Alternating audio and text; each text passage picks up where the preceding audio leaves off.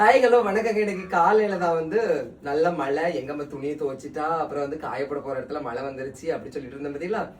என்னவோ தெரில, நான் வந்து எங்க அம்மையை கிண்டல் பண்ணது வருண பகவானுக்கு கேட்டு அவர் கொஞ்சம் அப்படியே ஸ்டாப் ஆயிட்டாரு. அப்படியே வந்து சூரிய பகவானை அனுப்பி விட்டாரு பார்த்துக்கங்க. அனுப்பி விட்டு தான் விட்டாரு எங்க அம்மையை பாருங்க.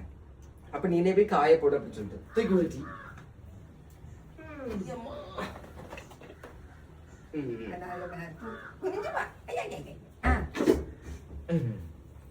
ஏன் என்ன கொஞ்சம் கொஞ்சம் நீ தூக்கிட்டு போயா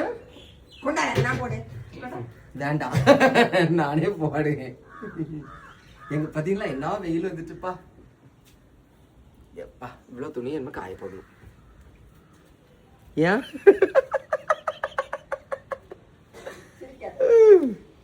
ஏன் நீ சிரிச்சா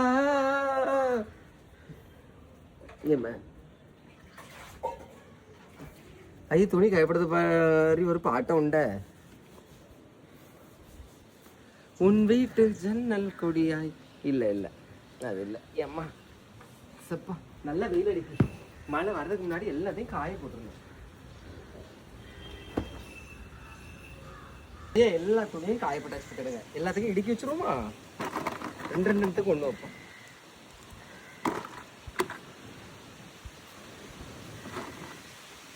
நல்ல காத்து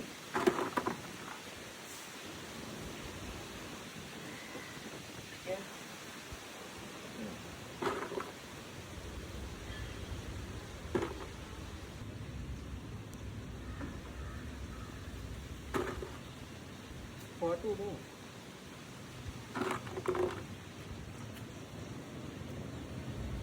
காணாதுன்னு நினைச்சேன். கரெக்டாக தான் இருக்கு. ஓகேங்க, ஒரு வழியா எல்லா துணியும் காயப்பட்டாச்சு விட்டானுங்க. எப்படியாவது காஞ்சிடணும். ஆனா இதுல இன்னொரு விஷயம் இருக்கு தெரியுமா. எம்மா என்ன வெயில் என்ன அப்படின்னு பாத்தீங்கன்னா, எப்பா இந்த பக்கம் வாங்கலாம் இல்ல இல்ல எந்த பக்கம்னாலும் வெயில் தாங்க முடியல. என்னன்னு பாத்தீங்கன்னா இது நல்லா காஞ்சிட்டு கிடக்கும். நம்ம எடுக்க வரும்போது மழை பெய்யும். இப்படி ஒரு சந்தர்ப்பமும் உண்டு சரியா. ஆனா அந்த சந்தர்ப்பத்தில் தவிடு பொடியாக்கி இன்னைக்கு இது காஞ்சோடனா மழை வர்றதுக்கு முன்னாடி நான் எடுத்து காட்டுறேன். ஓகே அப்படி செலக்ட் பண்ணுங்க. தேங்க்யூ.